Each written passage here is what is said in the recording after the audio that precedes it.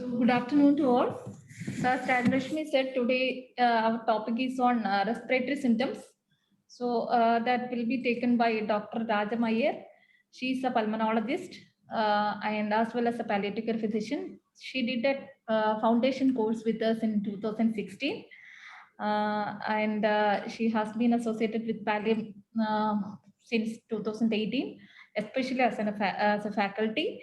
And now she is a consultant pulmonologist in Bhatia and Hinduja Hospital, Mumbai. Madam, welcome. Over to you. Good to see you, Shiba. How are you? All well? Yes, ma'am. Good. So, thank you for that introduction, and so nice to see friends, even if it is virtually. Yes, it's been almost 4 years now, Shiba, since I met you. But welcome to all of you, and it's nice to see a varied bunch of healthcare professionals from all across the globe. I apologize if a few of my slides are going to be focused on India because I haven't got the time to change it. But by and large, some of the statistics probably will be that of India. But I'm sure you can also teach me during the course of this 1 hour what the situation is in your countries. I'm more than happy to have an interactive session. I think the more interactive, the more interesting, and the more educating it will be. So I hope to learn from you as much as I hope that you do from me. So I'll share the screen now. As Shiva mentioned, I am originally a trained pulmonologist, and because of a personal bereavement, I thought of palliative care, and the whole world changed for me. And I now practice focus is on non-cancer palliative, because as I always start this session by saying that historically most of us believe, and I think even in the healthcare professionals and and the community, people think that palliative care is meant for patients with cancer, and palliative care is meant for patients with advanced or dying patients only at the end of life. And both this is actually very wrong. I'm not sure how long you've had this session and this training, and by now you all would have realized that almost all patients do require palliative care, because only one amongst 10 of us die suddenly. The rest of the 9 go through a bed-bound phase. And when the rest of the 9 go through this bed-bound phase, these patients, along with their family, go through not just physical issues, but also mental, social, psychological, spiritual. And in India, a lot of them even go through financial issues. And that is the main purpose of palliative care, where we address, acknowledge, and try to share and support the patient and the family through this difficult journey of health related suffering. So any of you have have a question, or you want to add to something, please add to the chat box. Shiba, are you going to be sitting through the hour? Yes, Then ma'am. please get my attention to any pressing question or any comment uh, from the people who are attending. And from what I understand, most of you are nurses. Yes, ma'am. Anybody specific with a training in respiratory medicine at all? Is there any specific nurse like that?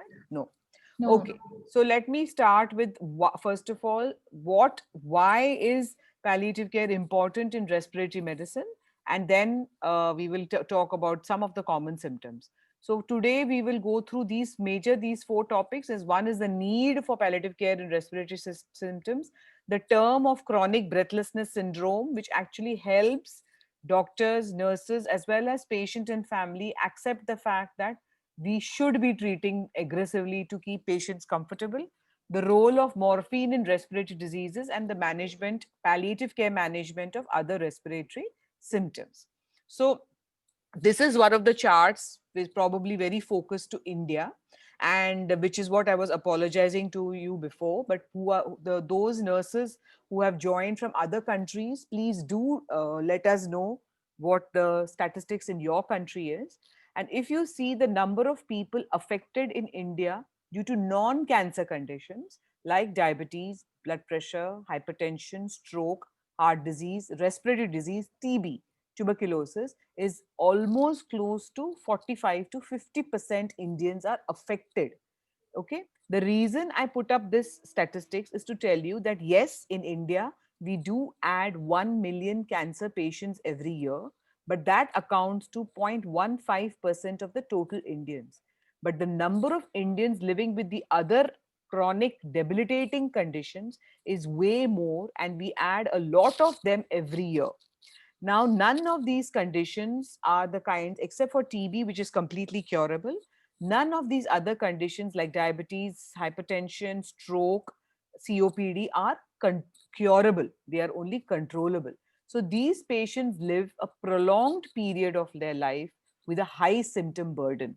And therefore, it's not just the patient who goes through this difficult problem, it's also the family of these patients. So this is just to highlight to you that non-communicable diseases, or NCD, in other words, non-cancer diseases, form a bulk of patients affected in India. And these patients, because they are non-cancer, they have a very unpredictable course. See, cancer, there's so much research done on how this patient's 5-year survival rate will be. But in non-cancer conditions, the course is very unpredictable. The other issue about non-cancer conditions is that patients do not perceive non-cancer conditions as life-limiting. For example, if I diagnose a patient to have lung cancer vis-a-vis a patient to have a smoking-related lung disease, the patient whom I have diagnosed lung cancer will start thinking of, oh God, how much time do I have in this world? Sorry, what all do I have to do before I die?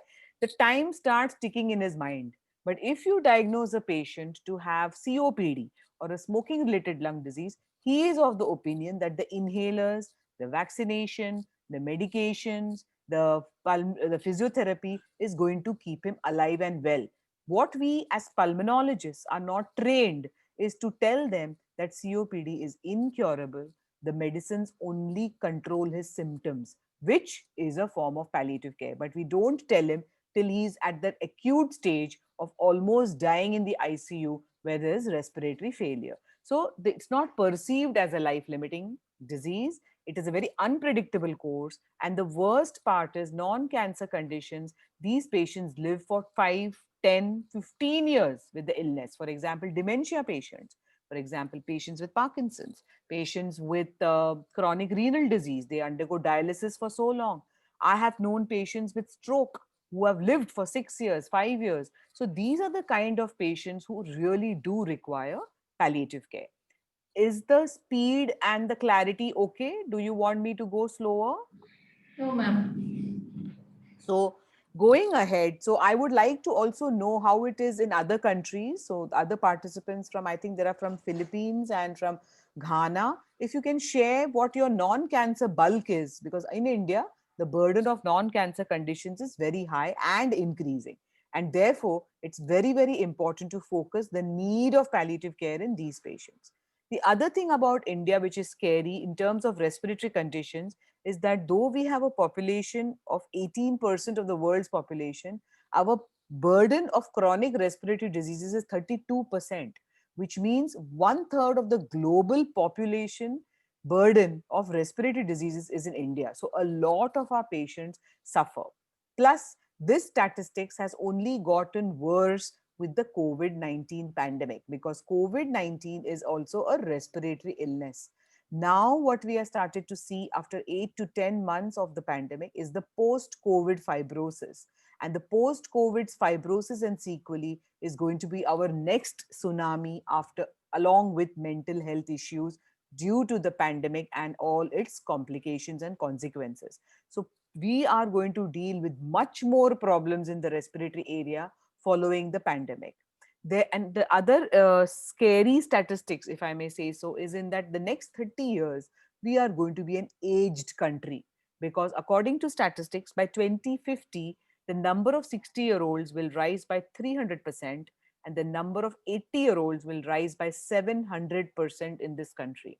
So currently we are still a young population. In 30 years time, by the time even I become 80, we are all going to be a much more older population, which means the burden of illnesses is going to be more, because what is predicted in literature is if you're above the age of 65, you will suffer from one or two, if not more, chronic illnesses. So it's going to be a huge tsunami of patients who are going to be ill at all at the same time. And that is also the issue with COVID-19 pandemic. Coming to the most common symptom in respiratory disease, which is breathlessness. Now, when we talk of breathlessness, we should also remember that it is not only the lung that contributes to breathlessness. Breathlessness or shortness of breath also occurs in cardiac conditions, also occurs in those conditions where there is deconditioning. And one of them is cancer. When I say by deconditioning, it's those patients who do not move at all and therefore they lose the muscle mass, and that results in deconditioning. Those patients, if they decide to walk or move a little bit, will feel breathless. Therefore, breathlessness accounts to more than 90% of those suffering from respiratory illness, 50% of those suffering from the 10 million incurable cancers of any kind, need not be only lung cancer.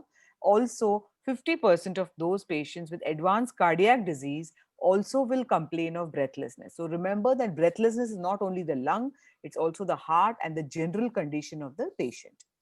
And coming to the causes of breathlessness, of course, if very simple way to remember, of the lung, it is always airway. So all airway diseases like asthma, COPD, bronchiectasis, bronchogenic carcinoma is the airway cause of breathlessness. Parenchymal, so sometimes very large spread pneumonia, fibrosis, interstitial lung disease, fluid like congestive cardiac failure, they also can cause breathlessness. Then you have the vascular causes like pulmonary embolism. Then you have the pleural causes like pleural effusion, pneumothorax. So if you divide anything in the lung, you can easily divide into airway, parenchymal, vascular, and pleural. Then, of course, is the heart conditions. Any cardiac conditions, because of the pump failure, accumulates fluid in the lung, and you have heart failure that can cause breathlessness. So patients can present with acute breathlessness. Because the main muscle of the respiration is the diaphragm, any neuromuscular conditions like motor neuron disease can also affect breathlessness. Then, of course, you have other conditions like advanced cancer because of pleural effusion, lymphangitis, and muscle loss due to anorexia cachexia syndrome, which causes deconditioning, which can cause breathlessness. So all of you by now have seen this graph where you can divide how our patients are dying. By now you must have seen it. Yes or no? Yes, yes, ma'am. Yes. So today our focus will be on graph C and graph D, mainly graph C. So if you see this graph, you will come to know that less than 10% of the world's population die suddenly, which means the rest of the population will undergo a bed bound phase, whether it is 2 hours, 2 days, 2 weeks, 2 months, 2 years. That is not the point. The point is that they all will have a bed bound phase. And that is where health related suffering is at its peak, where it's not just the patient, but also the family. The other important thing that you need to remember is that in patients who have you know who have chronic organ conditions like COPD, if you follow my pointer, they start with a decent quality of life and they are diagnosed to have a chronic illness, say at the age of 50 or 60. For example, in COPD, they've smoked from the age of 18, and by the time they reach the age of 60, they probably have symptoms of COPD, which basically is permanent damage of the anatomy of the airways, correct? So every time they get admitted to the hospital, every dip is a suggested hospital admission. Each of these dips could have resulted in death, but modern medicine and all the treatment that is available now keeps the patient alive. But if you see this graph, the patient's quality of life is never going to be the same. When we see these patients in the hospital during the acute exacerbations, we see only the acute event. What we don't see is how the patient is living his life in between those acute episodes. Is he able to walk? Is he able to talk? Is he able to clean himself? Does he go to the shower on his own? What is his quality of life. And even when these patients come during the acute events, we normally end up focusing on the physical aspects. How much are you breathless? What relieves your breathlessness? What are you taking for your breathlessness? We never ask patients how their lives have changed because of the breathlessness. If you speak or think of a COPD patient, he is, especially advanced COPD, he is stuck to his room, stuck to his bed, more or less like a quarantined COVID positive patient. Imagine staying not just for 14 days, but maybe for 5 or 7 years in that same room, oxygen bound, bed bound. So, the amount of mental, psychological, emotional, and social issues that the patients go through, we don't even bother to ask as trained pulmonologists. And that's the beauty of palliative care, where basically the person is treated like a human being. It's not just the COPD, but how the COPD is affecting his life, how the COPD has made him stop working, how the COPD has stopped making him meet his friends. It's just like how you and me were in the severe lockdown. After those first 2, 3 months, it was so frustrating for us, despite being in good health, how desperate we were to get out to meet people. These patients, therefore, some of the patients describe the fact that they feel they die socially before a physical death. So it's important to remember how a particular illness can affect your patients, and we should direct our questions to how we can help them. I know we do not have solutions for all the patients' problems, but the least we can do is address it, acknowledge it, and share it. Maybe two, three. We if we that's the other thing about the palliative care team. If it's not for the doctor, the nurse, the physiotherapist, the psychologist, the volunteer, another patient, a support group, they can make such a big difference for the patient's life that he is not alone and he is not suffering on his own. Any question, Sheba, or any comment on the chat box? No, ma'am. Okay. So am I being clear, or I've just stunned everybody to silence? We can hear from the participants. Any doubts? Everybody's clear? So that's the reason the focus must be that we need to think holistically of a human being. Just imagine yourself of how it would be to stick to one room for 5 or 7 years without meeting people your age and without being inquired as to how you're coping and how you're feeling. So this is exactly how trapped a patient with a chronic respiratory illness feels. Okay. So if you can classify breathlessness, typically it can be classified as acute, acute on chronic, or chronic. Acute is something which is, of course, not probably the purview of today's topic, because acute is something that requires immediate attention, and acute is something that patient was otherwise well and suddenly he's developed breathlessness. Today, our focus is going to be on chronic breathlessness, those patients who have a level of breathlessness because of the various illnesses they suffer, and an acute deterioration, so like an acute exacerbation of the chronic breathlessness. And when you classify the various scales for breathlessness, you have different for cardiac as well as for the lung conditions. So for the cardiac conditions, it is called as a New York Heart Association, where they have classified by class 1, 2, 3, 4. This presentation is shared to Pallium India, so they will share it to you. There's no need to go through the details on the slide.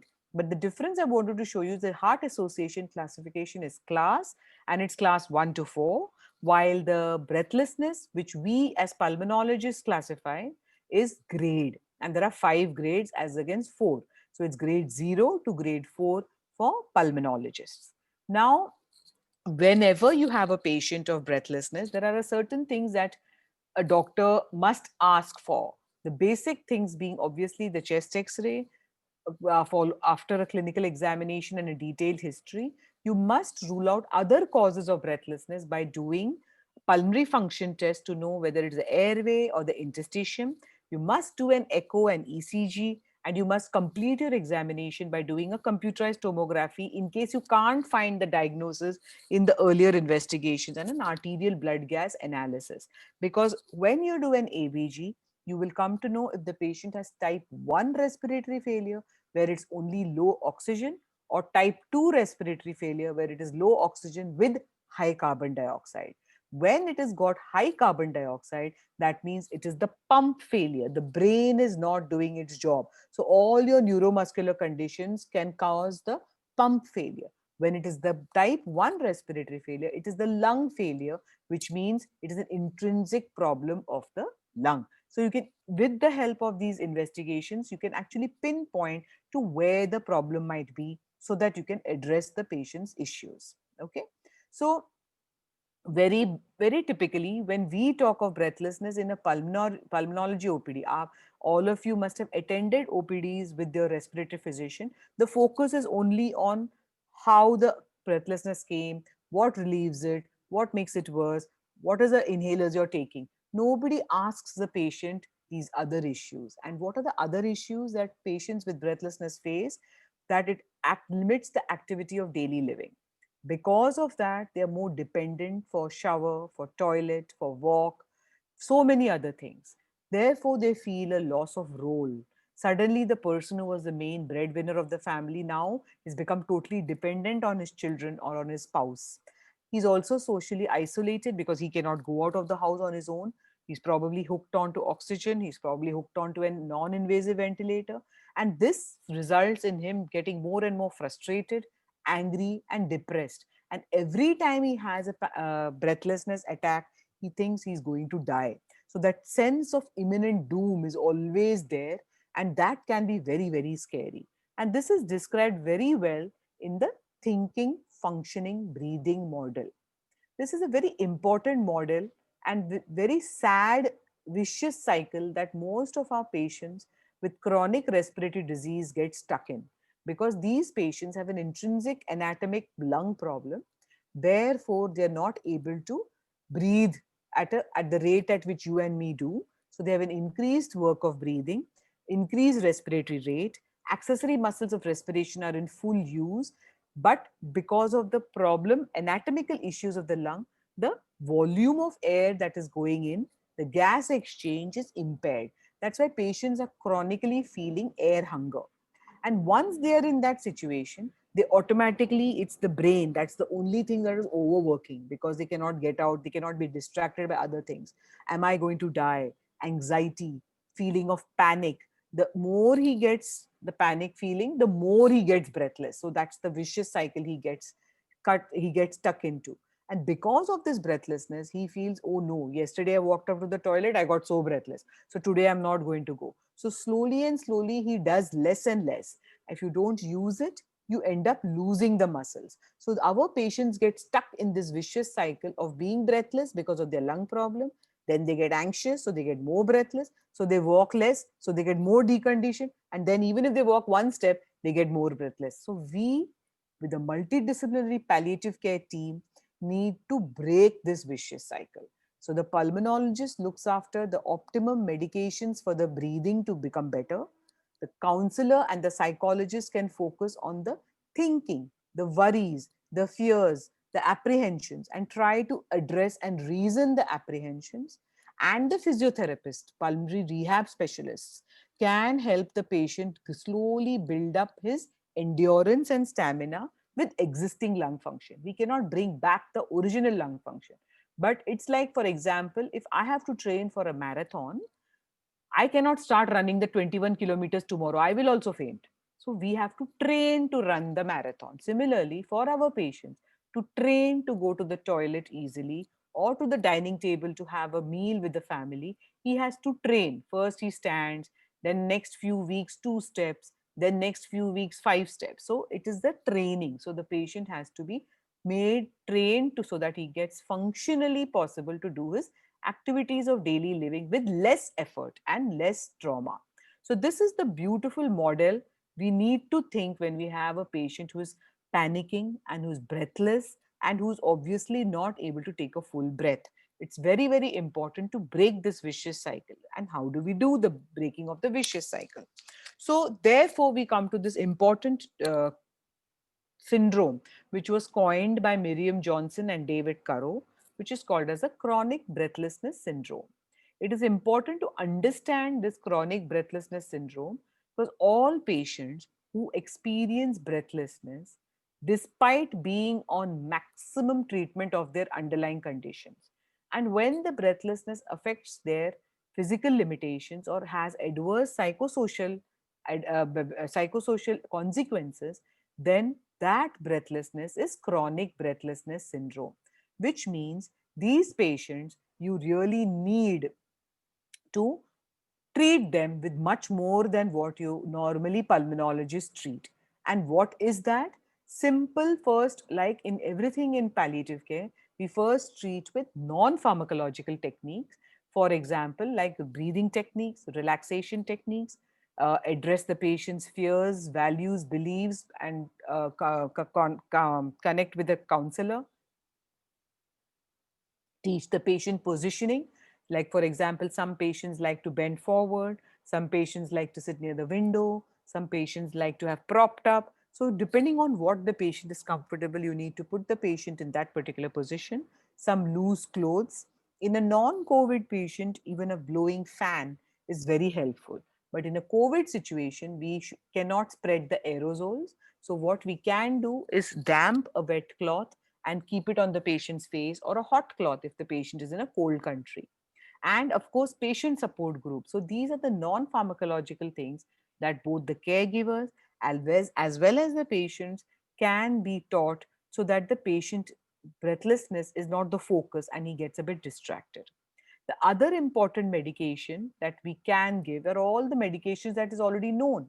For example, the bronchodilators, steroids, drugs given by nebulizers, oxygen, especially if there is low oxygen in the pulse oximeter, antibiotics if there's an infection, antifibrotics if there is a pulmonary fibrosis.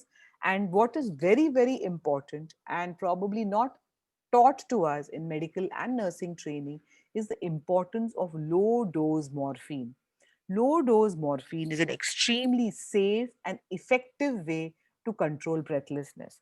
Now, I'm not sure how many of you have administered morphine for pain in cancer patients. And have any of you administered morphine for breathlessness?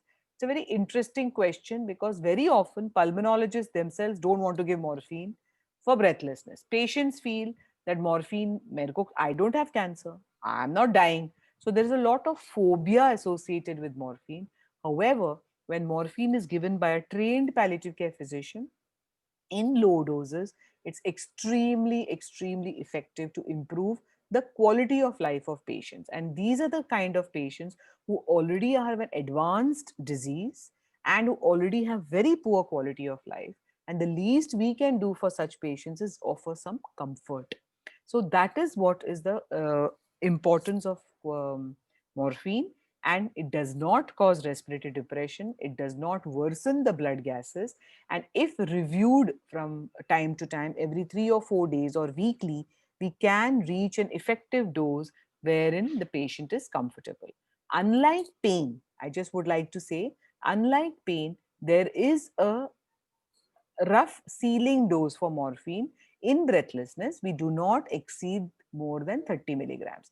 I have had patients who range from 1 to 2 milligrams to 20 milligrams of morphine, depending upon their requirement. But we usually don't go beyond 30 milligrams. So if you see this flow chart, I know in India, nurses are not still allowed to prescribe, but if you see this flow chart, you can actually start a healthy discussion in your wards with your doctors about starting morphine, especially in patients who are in the advanced lung diseases, who are actively dying, so that these patients can get benefit of a comfortable, dignified death and a comfortable life till when they are alive. What we also can do is combine lorazepam with morphine if there's anxiety, and combine midazolam with morphine if there is breathlessness and a panicking patient. So we also must remember that we don't only give morphine, we continue the bronchodilators, continue the oxygen, continue all the other medications. Morphine is only decreasing the sensation of breathlessness. It does not do anything to the underlying pathology of the lung. Okay, so this is all the phobia that is commonly seen in morphine, that patients feel that I will get addicted, or I am not dying, I don't have cancer, I am not in pain. So these are the common things that people feel, which is all not true. So morphine is a wonder drug. It can be used orally, it can be used parenterally, and it is proved to be better than nebulized morphine is not found to be useful. So it's very safe in low doses when reviewed properly. And it's also very important for me to remind you that all our patients who are on morphine must receive laxatives like you give for pain. You can't prescribe even a tiny dose of morphine without laxatives simply because it does cause constipation, and we cannot afford any of our advanced disease patients to be constipated and trying to push in the toilet, because that's the very disastrous thing that can happen for such patients. Okay. So please remember, very, very important and very, very useful even in terminal breathlessness, where you can give a subcutaneous infusion. Again, I am sure by now you all are familiar with subcutaneous infusions, wherein we mix morphine and midazolam over 24 hours so that the patient remains calm. The intent is patient comfort. The intent is only to alleviate symptoms, and the intent is to give the patient the dignity he deserves during the end of life. The intent is not to end life, therefore the doses is very, very small. Okay. Similarly, midazolam can also be used along with morphine in the infusion and when patients have a lot of panicking or anxiety present. Another important feature of patients with respiratory illnesses is secretions. And very often we see nurses as well as family members trained to do suction. Now, suction is something that is extremely painful and results in a lot of trauma at the back of the throat. So, in palliative care, there are these two medications which we can use very beautifully to decrease the secretions. Why do we do suction? So that the upper airway is free of secretions. If we can provide a method by decreasing the secretions, then there is no need to do suction and causing so much trauma to the patient. So the two drugs that can be used either on a need basis or regularly, depending on how much secretion the patient has, is hyoscine hydrobromide as well as or glycopyrrolate. So in the dose of 0.2, 20 to 40 of hyoscine or 0.2 to 0.4 of glycopyrrolate, it can be used, but please be careful to constantly review whether it is not causing over dryness of secretions. Always start low, go slow, and that is the mantra in palliative care. You must remember patient comfort, patient quality of life is the most important thing. And even for that, if you have to decrease the doses, it's perfectly all right. But the patient should be comfortable. The patient should not be uncomfortable with your treatment. So, this was breathlessness, how you should evaluate it, how you can classify it, the questions you must ask a patient about his breathlessness, how you can treat what is chronic breathlessness, and how you can treat chronic breathlessness along with the help of a palliative care team. The other common symptoms I will just run through. I'm not sure how much time we have. We still have time. 5 or 7 minutes. I won't go beyond that. So the other important symptom which we commonly see in the outpatient is the cough. And cough can be, though it is a protective reflex, it can be extremely distressing if it is persistent and it is dry or productive. So you must remember that persistent chronic irritating cough can have a lot of side effects like hernias, like rib fractures, like stress incontinence, like cough syncope. So we need to be sure that we treat the cough effectively. Again, cough is not just respiratory, it could be cardiac, it could be gastric, reflux cough, it could be drug induced, it could be due to radiation, and there are a few people who have psychogenic cough for attention seeking. So obviously that's a diagnosis of exclusion, but you need to be sure that there are such patients. Everything can be normal and they still cough, and probably these patients need help of a counselor. So depending on the kind of cough, there are treatments available. So wet cough, dry cough, those are the kinds of treatments. So you have to take a detailed history, examine the patient, do all the investigations. Once you're sure that patient is on optimum treatment, you've identified it's not drugs, you've identified it's not an infection, you've identified the patient is on optimum treatment for asthma, airway disease, and still if the patient has persistent cough, you can try with codeine. Now, in Maharashtra, especially in Bombay, we are not getting codeine very easily. But if you get a codeine syrup, you can use codeine syrup for dry, persistent cough. Low dose morphine, like we do in breathlessness, also works very well for cough. And you can obviously try other things, non-pharmacological, like hot water, lozenges, acupressure, etc. And the other medication which is used a lot for refractory cough is gabapentin. So these are all the medications that can be used for cough, opioids, anti-benzodiazepines if there is an element of psychogenic cough, or if that doesn't settle, then even you can use SSRIs. Codeine can be used as a first step, then oral morphine, obvious, and then another interesting drug which gives wonderful results is gabapentin. Up to 600 milligrams a day, we use gabapentin for persistent cough. Then we'll come to pleural effusion. So commonly seen pleural effusion causes could be tuberculosis and cancer in this country. Cancer could be of the lung or it could be metastatic cancer, especially from the breast. So please remember that the treatment of pleural effusion then depends on the prognosis of the patient. So if the patient has a good um, prognosis, that is, the patient is going to be going to definitely live for more than 4 months, and if he has 4 weeks, and if he has a large amount of pleural effusion, you can leave a long term indwelling catheter. If the patient's prognosis is not good, then you aspirate the one time and relieve him of his breathlessness. Sometimes with patients with good prognosis, we also do talc slurry and create an inflammation with the two layers of the pleura and potentially stop the gap between the pleura and the visceral and the parietal pleura. So there is no pleural effusion collection space at all. But this all depends on the volume of the pleural effusion and the prognosis of the patient. If the patient is going to live for long, we should see to it that we give him a long indwelling catheter so that there's no constant aspiration and poking of the patient. Okay. So again, like I said, depends on the cause, depends on the volume, and best managed by these situations. Then I come to hemoptysis, again a very distressing symptom seen in the lung. It's more scary to look at, and patients die usually of aspiration of the blood or exsanguination or loss of blood. So it's important that patients who are prone to hemoptysis, you will put in dark towels so that they are not scared with the sight of the blood that is lost.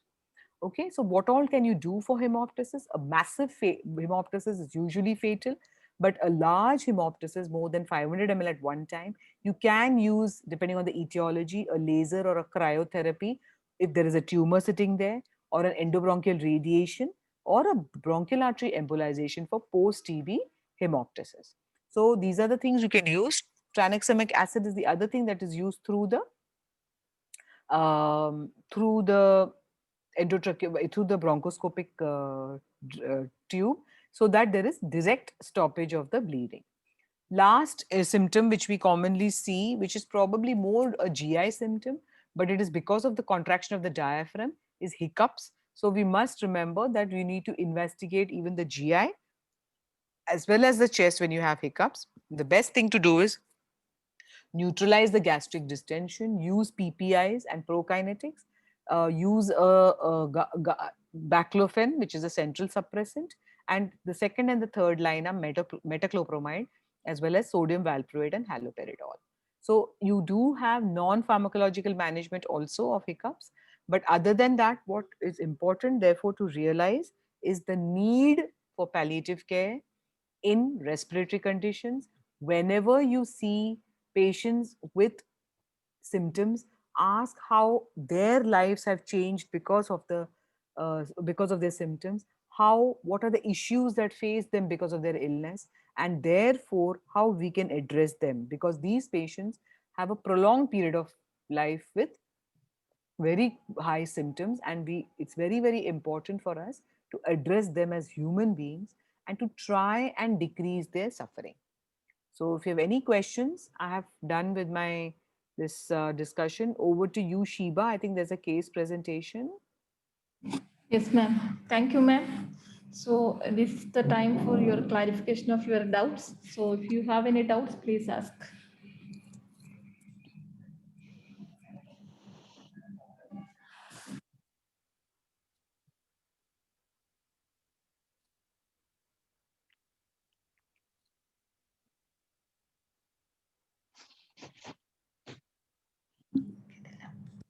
Anybody?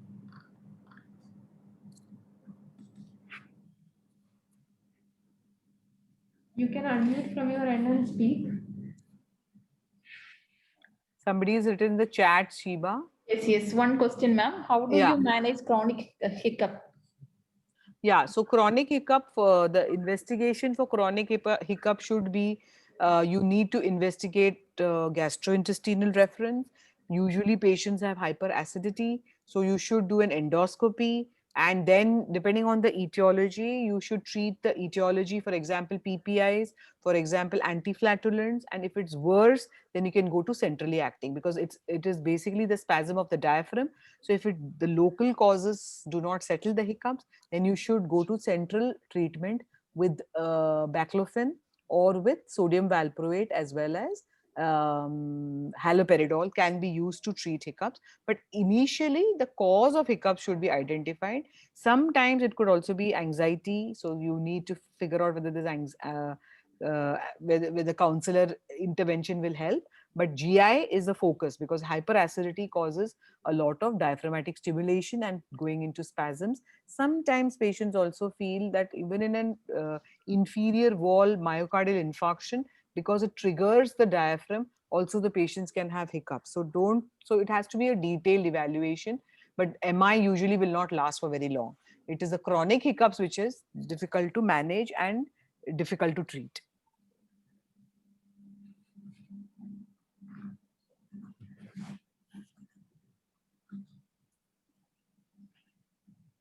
Any other doubts?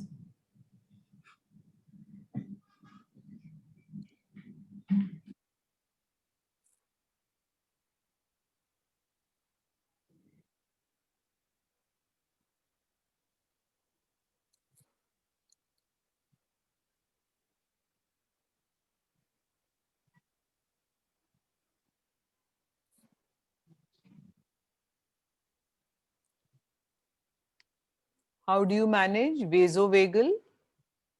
Yeah. So vasovagal, it depends on how frequent it comes.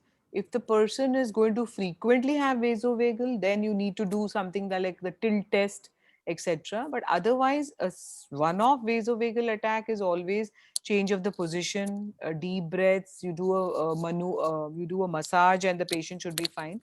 But if patients keep getting vasovagal, then you should get a cardiac opinion.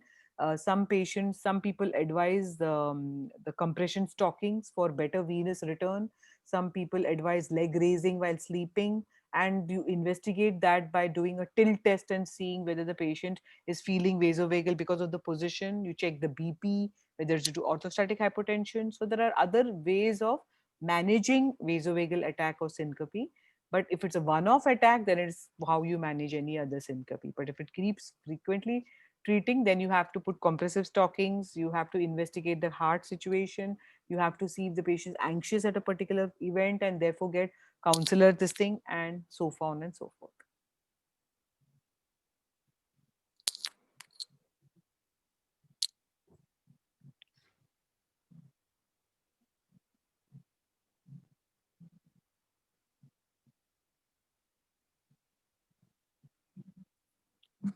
Madam, one more chat question. Could you Yeah. explain paroxysmal nocturnal dyspnea?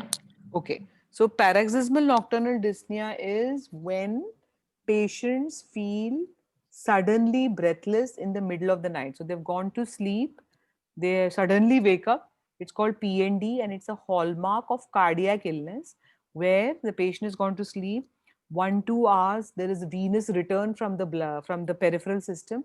It's an overload on the heart, and suddenly the heart is not able to pump, and therefore there is back pressure, and the patient is claustrophobic, feels breathless, gets up and wants to go to an open window. If it keeps happening, it is definitely cardiac, and you really need to investigate. What happens with cardiac diseases? Always remember, it is sudden. With lung diseases, it's always chronic. It builds up. First it's cough, then it's been little breathless, then it's sputum, then it goes to a. So lung gives you time, the heart doesn't. PND is a hallmark of breathlessness that occurs in the middle of the night, and it really occurs after 2-3 hours of sleep, when there's venous return that's come from the rest of the body, and the heart is not able to cope with that amount of volume of blood, and it causes a congestive cardiac failure, and therefore the patient gets up breathless in the middle of the night and rushes towards an open window. So that is PND, and it needs a cardiologist. So echo and other details like angio, etc., is important to do for a evaluation of PND.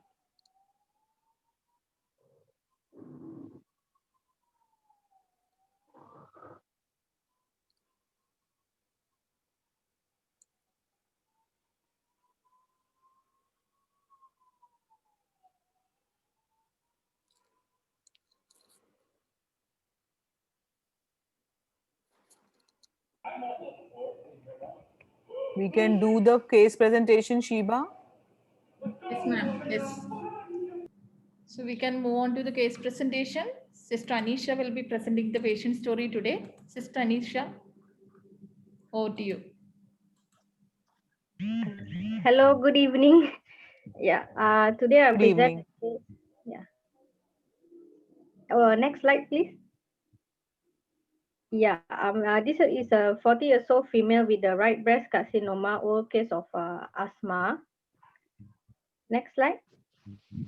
She presenting complaints were shortness of breath. She was on oxygen via nasal prong using oxygen concentrator. She had pain of the whole body, mild ache, score 2 to 3 over 10 throughout the day. Prefers to take tramadol only, but has not taken any since she was discharged, the previous discharge. And she complained of decreased appetite, able to eat small amount of normal food frequently, and also lethargy. Next slide. In So her history of illness. In 2019, she noticed a right breast lump, no complaint of pain, and had frequent asthma attacks. She's seen a GP outside, taken inhalations, never told family members about frequent clinic visits. Then in August of this year, she had eye checkup done at the hospital as complaint of blur vision. Noted the 2019 history to the doctor there. Initially refused for CT scan and biopsy, but was forced by the family and confirmed as diagnosed. And patient finally told the family of the 2019 history. During examination at hospital, found pleural effusion and mild ascites.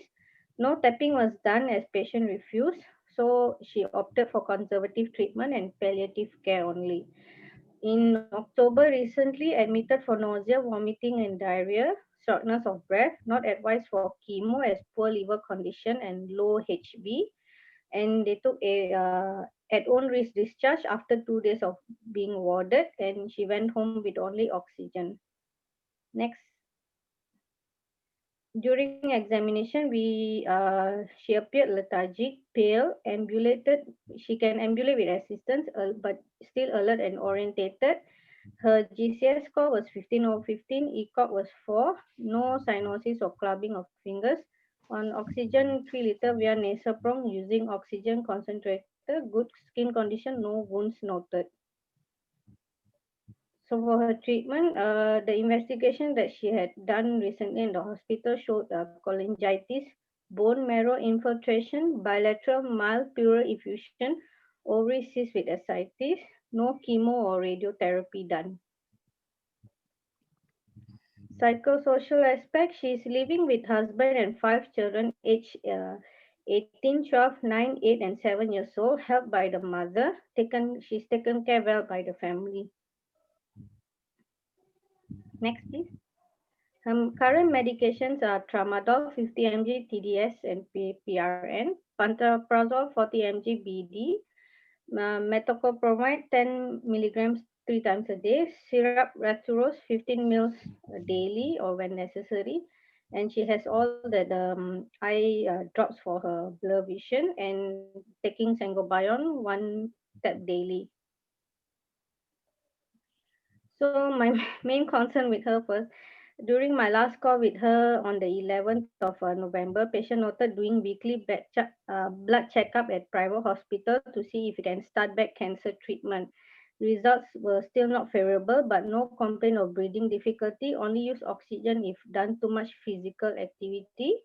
No oncology appointment was given from government hospital as discharge very quick, and family at that time did not check her appointment card during discharge. So tried follow up the following week, but she refused to answer. and she texted back saying that she will call me back later and not in a good mood. Yeah. So her summary, 1 year no investigation done as no complaint of pain and patient did not expect to deteriorate very fast. After the diagnosis, patient initially refused treatment but now seeking opinion if can continue.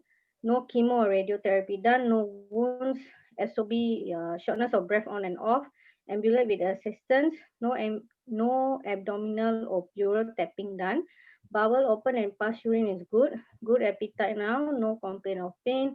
Awaiting favorable test results to start cancer treatment, taken care well by the family. So discussion points for this patient. What can be done to help reduce the breathing difficulty in this patient? What are the goal of treatment for this patient? What are the complications that may arise if left untreated?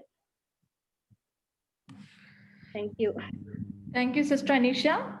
So anybody need any more clarification regarding this patient story?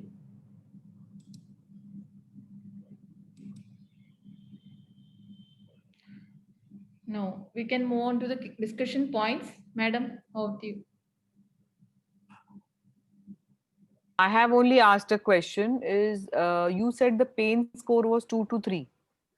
So can anybody tell me, is tramadol the drug of choice for the pain score of 2 to 3, and why was tramadol given? This is anyway a learning thing. So anybody, Anisha, would you like to answer? Actually, this patient was quite difficult over these past weeks to actually get some more information from her because I'm not sure exactly what is the reason that she didn't want to talk to us. But today I actually managed to call the patient's mother, and she was mentioning that she was very disappointed that she has this cancer, and she actually went to another state to stay in a relative's house for just to keep her mind off of this uh, the word cancer that she's So having. obviously her pain is not just her physical pain. Her pain is a lot to do with emotional pain and Yes, psychological pain, correct? So correct. two questions I have here. One is that a pain severity of 2 to 3 according to WHO is mild pain. Yeah. So the learning thing for us is, what are the medication? First of all, how do you grade pain? According to WHO, mild, moderate, severe. Correct? Yes. Up to 4 is mild, 4 to 7 is moderate, 8 above 7 is severe. So tramadol is used in which category? The second. Correct. So that is one thing that you need to realize, that this is mild pain.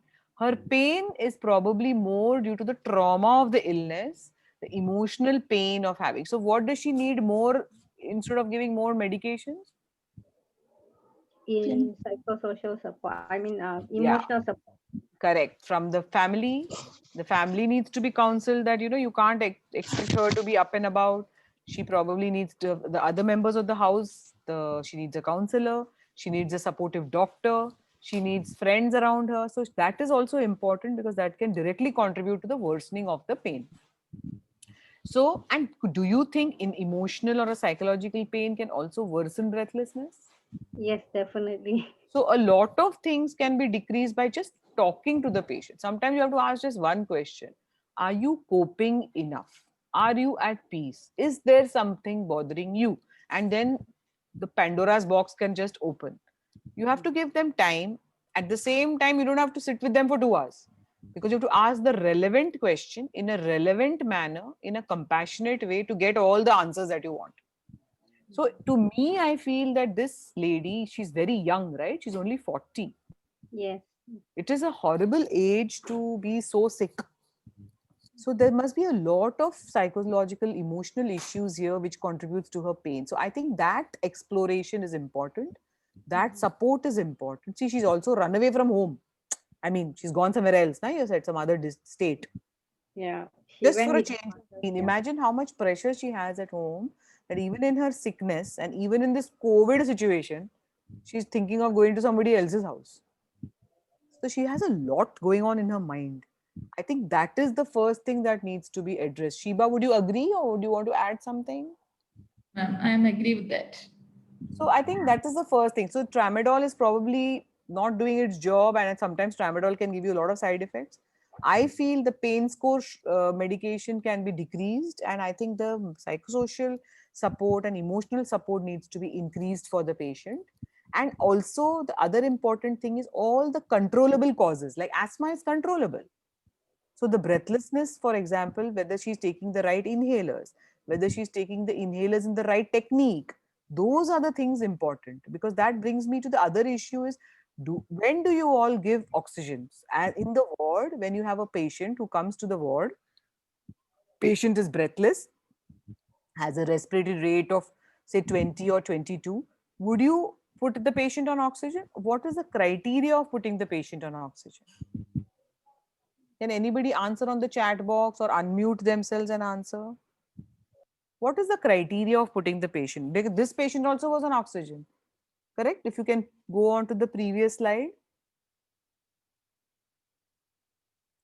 Done, no complaints. Patient did not expect it to deteriorate. So it's all, lots of it is emotional. I think one more slide, if you go ahead. See, she was there na, with the 3-liter oxygen. Huh. So why was it, what is the criteria? Can anybody tell me? So in respiratory medicine, please remember, oxygen is also a drug. It's a pharmacological drug with side effects.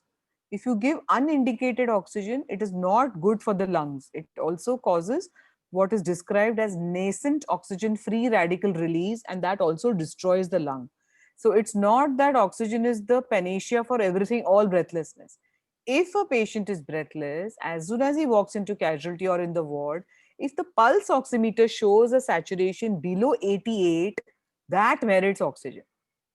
So you should maintain oxygen between 88 and 92 for all patients at all times. If the patient has a saturation more than 94 or 96, do not start the oxygen, though it is psychologically going to benefit. So there might be other reasons for the patient to feel breathless, like anxiety, like a panic attack, like probably a bronchospasm, which is not causing any oxygen drop. But don't start all patients on oxygen. So when you talk to, when you say about what are the goals of care for this patient, obviously pain control is important, but I think we need to address the total pain of this patient. So a good history, a good psychosocial history, emotional support is very, very important before we start any, like for example, worsening the medications, or increasing the medication. If you sit and chat with her, get her good counseling support, get her address her issues, I'm sure her breathlessness also will be addressed. Plus her asthma needs to be well controlled. You can't just expect her breathlessness to decrease, because asthma can be controlled well. What are the other discussion topics, Sheba? Minute, ma'am.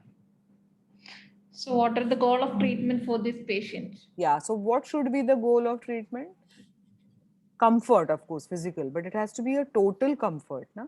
Emotional, psychological. You all have heard the concept of total pain.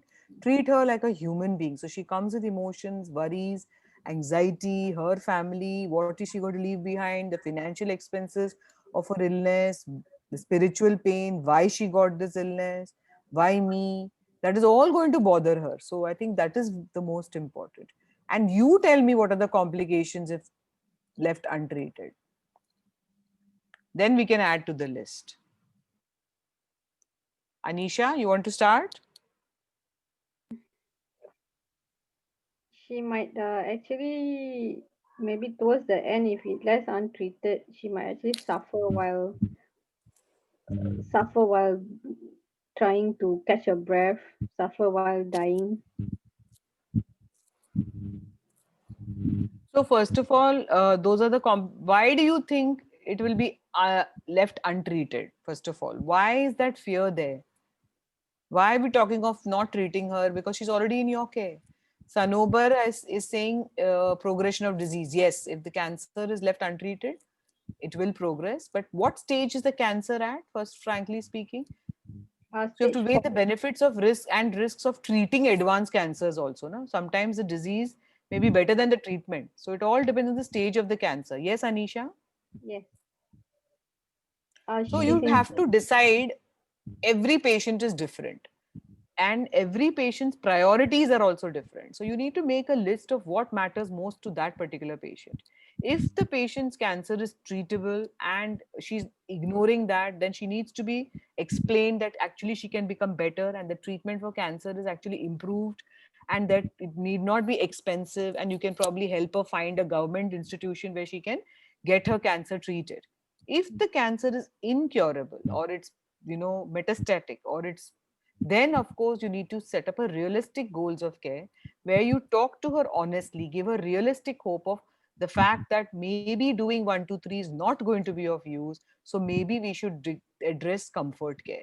So those are the kinds of decisions that the team has to make, the treating team, so that we can take over and integrate care and support the patient, because just because the patient's cancer is incurable or not treatable doesn't mean she's not the candidate for comfort and care. So even if cure is not possible, we should focus on comfort and care. But if cure is possible, we should definitely address her psychosocial issues in such a way that we convince her to go for the treatment and we help her get that treatment.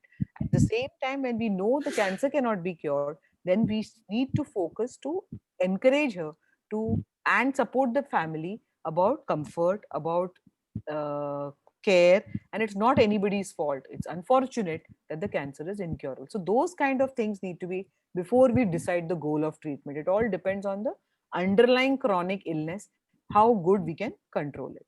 Any questions or any other thoughts, Shiva? No, ma'am. You want to add something? No, no. You have covered almost all the points. Anisha, are you satisfied? Do you know now what to call up a patient and tell her? Yeah, I think I'm quite satisfied with your explanation today. Very complete. Yeah. It's very difficult. Imagine being 40 and facing an incurable illness or cancer for that matter, even if it is curable. It must be very difficult for patients. So I think we just need to, step back and get to the emotional level of patients to see what is actually bothering them.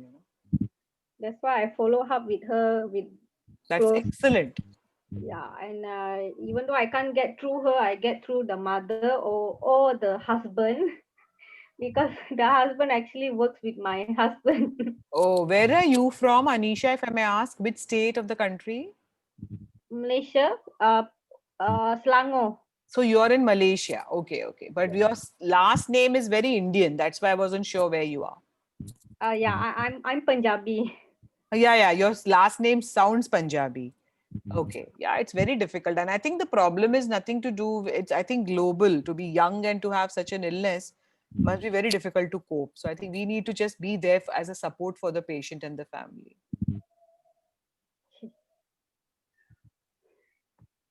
Anything else, Shiba? Any doubts?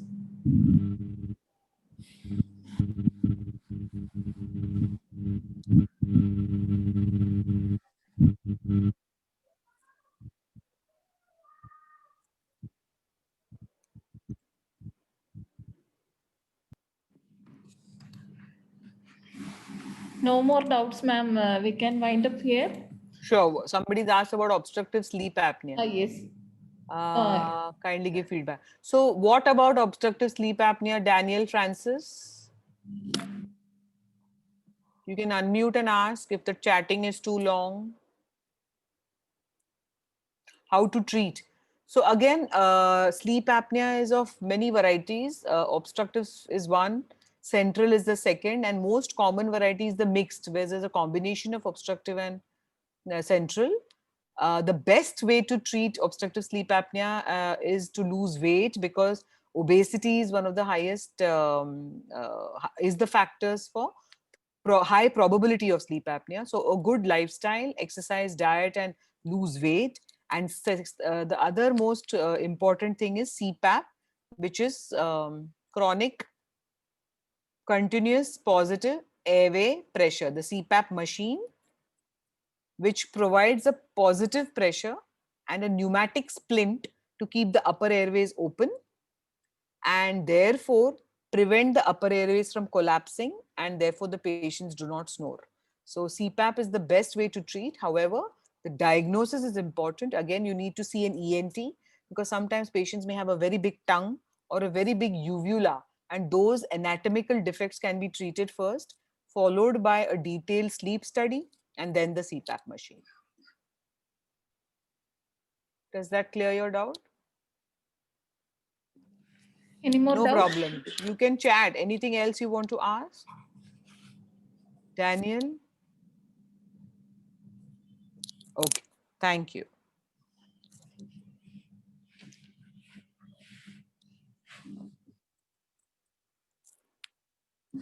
So thank you, ma'am. Madam has covered almost all the points. So I think we have learned many new things today. So one important thing I need to share with you is this is one of the exacerbated situation for the patient and the family. So if possible, try to stay with the patient so that can reduce the anxiety of the patient and their family. So that is the message. As a nurses, we are spending more time with the patient. So if possible, you can stay with the patient. So thank you, ma'am, once again for the excellent Please presentation. don't call me Ma'am Sheba. Okay. You have been my teacher 4 years ago, so you can call me Raja. Okay, thank you so much for the opportunity. Okay, ma'am. Thank you.